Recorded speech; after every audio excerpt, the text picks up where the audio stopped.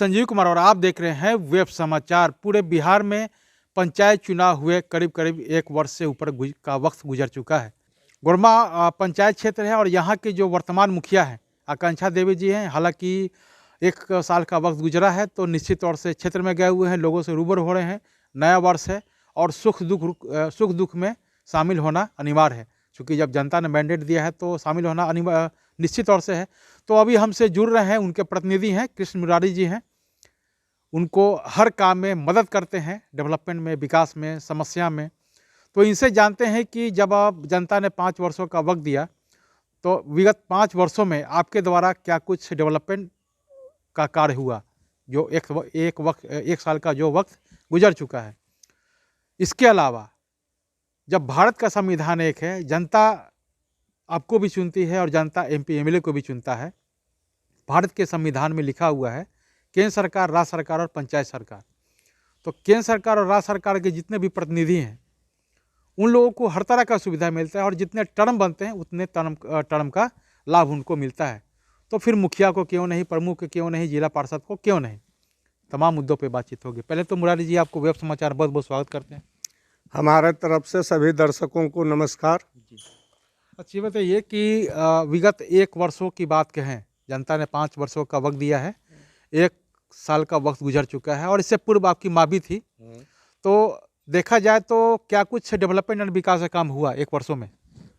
इधर 1 वर्षों में कुछ तो नए नियम कानून आ गए हैं। डोंगल कुछ दिन तक डोंगल एक्टिवेट नहीं हुआ। डोंगल करीब 6 महीने से एक्टिवेट हुआ है।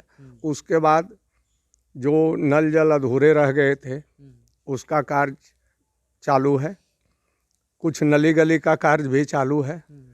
विकास राशि है, राशि के लिए कोई दिक्कत नहीं है।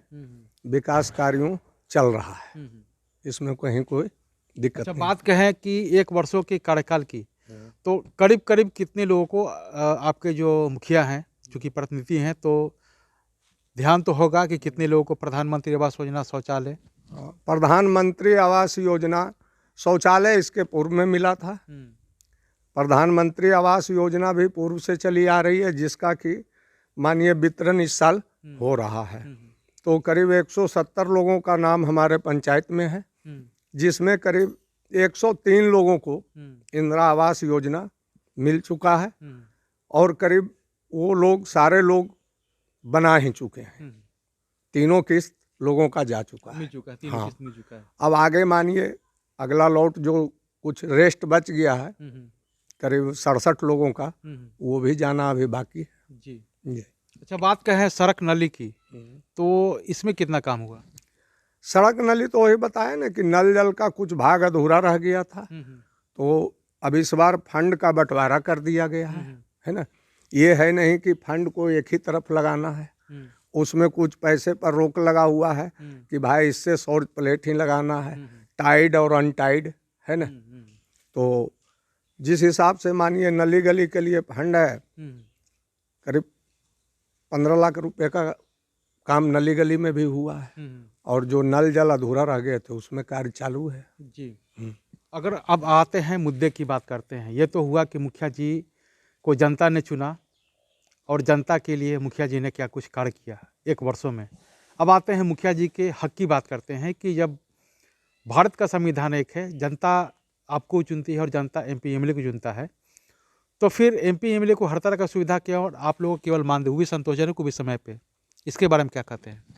अब सवाल है, ऊपर जितने लोग सांसद, विधायक, केंद्र सरकार, राज्य सरकार, इनके यहाँ पावर है और हम लोगों के यहाँ कोई पावर है नहीं। इन लोग खुद का मीटिंग करते हैं, कानून बनाते हैं, उसी कानून को हम लोग पालन करते हैं। हमारे पास अपना कोई पावर नहीं है कि हम भी बैठ कर निर्णय ले लें कि भारत के संविधान, लेकिन भारत के संविधान में तो लिखा हुआ है तो पंचायत सरकार, संविधान में जो भी लिखा हुआ है तो संविधान को तो इन लोग जब चाहे तोड़ मरोड़ के बदलते रहते हैं, अमेंडमेंट करके, संशोधन करके। तो आज तक मानिए पंचायत के प्रति चाहे मुखिया हो, सरपंच हो, वार्ड सदस्य हो, मुखिया जी का वेतन 2500 रुपया है, वो भी उधार में। अभी पूर्व के मुखिया का ही बकाया है, इधर लोग नए मुखिया जीते हैं, इनको भी नहीं मिला है। सही बात। इससे अधिक तो मानिए मीटिंग सीटिंग में जाने में ही हम लोग को यहाँ से जैसे सिलाव 12 किलोमीटर है, तो जाने आने में खर्च हो जाता है। तो अब तो ये ऊपरी विधायक जी लोग, मंत्री जी लोग, सांसद महोदय ही बता सकते हैं ना कि हम लोग के साथ तो ये दुर्व्यवहार क्या इसके लिए आप लोग मुखिया संघ का आयोजन नहीं किया जाता? क्या मुखिया संघ इस पे आवाज़ नहीं उठाती? नहीं, आवाज़ उठाया गया है, लेकिन आवाज़ वहाँ तक बुलंद रूप से नहीं पहुँच पाती है। आवाज़ तो उठाया गया ही है, लोग, हर लोग को अधिकार है अपने हक के लिए लड़ना, लेकिन वहाँ तक बुलंद से नहीं पहुँच पाता है। इस वजह से नहीं आगे कुछ, ना पेंशन तय हुआ है, ना वेतन तय हुआ है। आपको बता दें कि इस मामले को लेकर के पटना हाई कोर्ट में एक वकील हैं, उनके द्वारा याचिका दायर किया गया था कि पेंशन की सुविधा, महंगाई भत्ता मिलना चाहिए। तो पटना हाई कोर्ट के वकील ने साफ शब्दों में कहा कि ये न्यायपालिका का कार्य नहीं है, विधायिका का है, आपको विधायिका के पास जाना पड़ेगा। तो क्या इसको लेकर के क्या आपने सरकार से बातचीत की? हाँ, हम लोग के जो प्रतिनिधि हैं वो 1-2 बार पहले, जैसे अभी तो यहाँ सरकारें ही बदल रही है। पहले हमारे मंत्री मानिए सम्राट चौधरी थे, तो हमारे लोग का प्रतिनिधि मंडल जाके मुलाकात किया था उनसे। उसमें अपने सुरक्षा के लिए आर्म्स का भी मांग किया गया था, या बॉडीगार्ड देने का मांग किया गया था। एक लेटर भी जारी किया गया था सरकार के यहाँ से कि आप लोग, जो मुखिया लोग चाहते हैं आर्म्स ले सकते हैं, लेकिन उसके बाद उस लेटर को भी निरस्त कर दिया गया। उसके बाद फिर सरकारें बदल गई, अब नए माननीय पंचायती राज मंत्री हो गए मुरारी गौतम, है ना जी। तो सवाल है, सरकार ही बदल जा रही है। अब अगला सम्राट चौधरी आश्वासन दिए थे, अब फिर इनसे लोग मिलेगा, ये क्या कहते हैं, है ना। तो आपने सुना कि इनका कहना है कि हमारे हक की बात आती है तो सरकारें बदल जाती हैं, और जो आश्वासन मिलता है, अब जब उनसे बातचीत होती है तो कहा कि मैंने तो बोला था, लेकिन जब सरकार नहीं है तो फिर हम लोग कैसे बात कर सकते हैं।